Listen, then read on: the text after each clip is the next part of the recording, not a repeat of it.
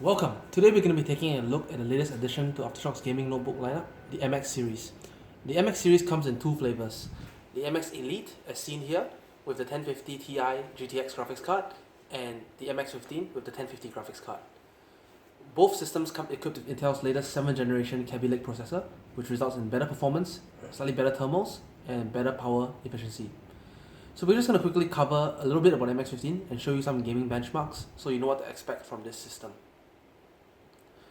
First of all, the 1050 graphics cards. Basically, the 1050 graphics cards use NVIDIA Pascal architecture, and the result is far greater performance at a much better price point. So for the 1050, you can expect to get performance slightly above the 965M, which was priced quite a bit higher than the current MX-15, and the result is that you can run most current games at high settings, even the demanding ones. As for the 1050 Ti with 4GB of GDDR5 memory in the MX-15 Elite, you can expect to run games somewhere around the range of what the 970M would have performed, which was actually a high-end card. So this graphics card offers great value for money, and you can run most games at 1080p at high settings and a few of them at ultra, even for demanding games. So for the MX-15, we're going to just take a quick look around the system.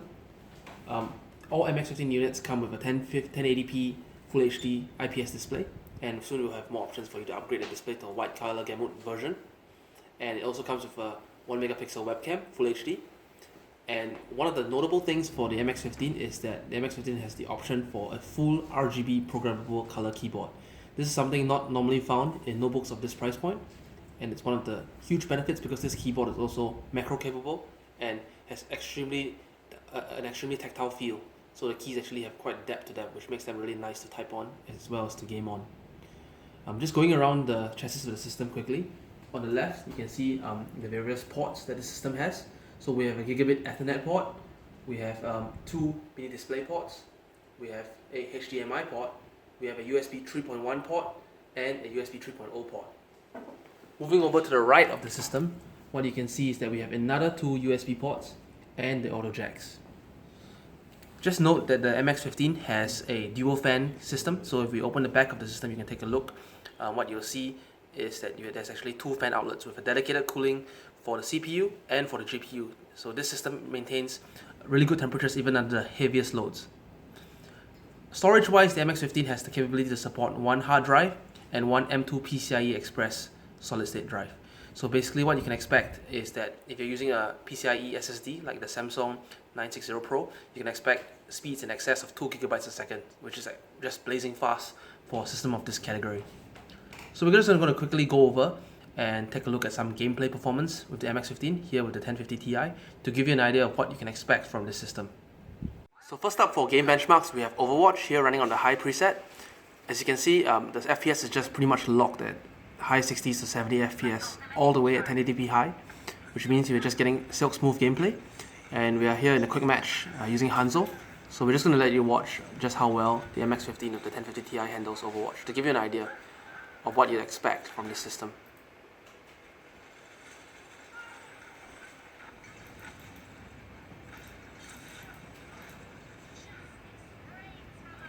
So Overwatch is a game we always cover because pretty much a lot of you guys always ask about this game because you want to know how it performs. And what we can say is that if you're playing Blizzard games like Overwatch, Diablo, World of Warcraft, the MX-15 is a very ideal machine. And that includes games from Valve as well, like CSGO.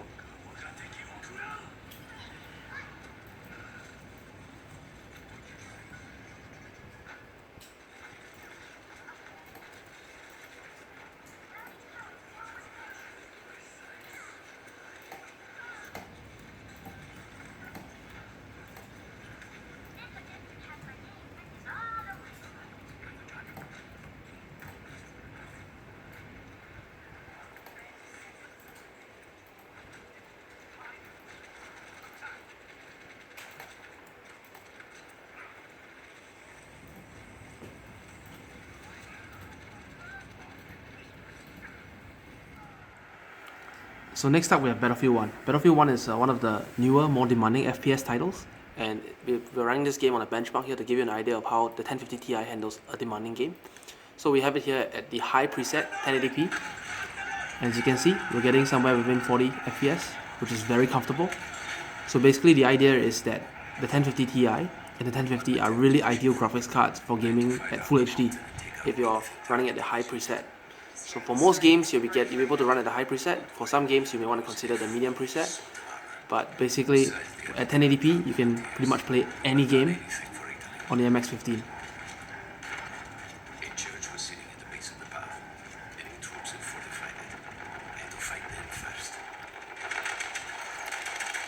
The MX-15 is just a great value proposition with these graphics cards, performing somewhere in the range of the high-end graphics cards for the 9 series.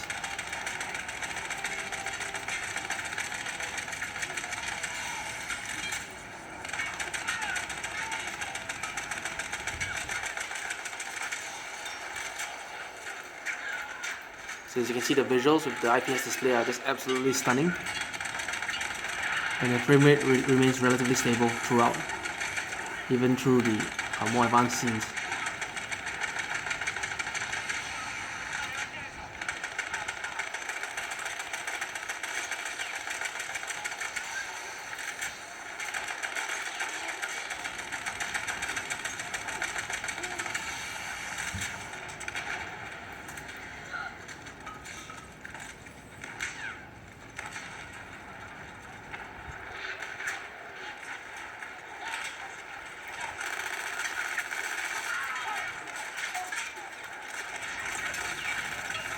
So that pretty much summarizes our quick video of the introduction to the MX-15.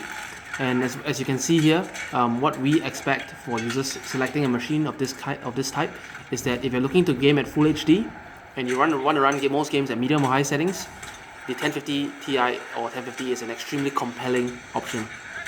So to learn more, visit us at www.aftershockpc.com to configure your very own MX-15.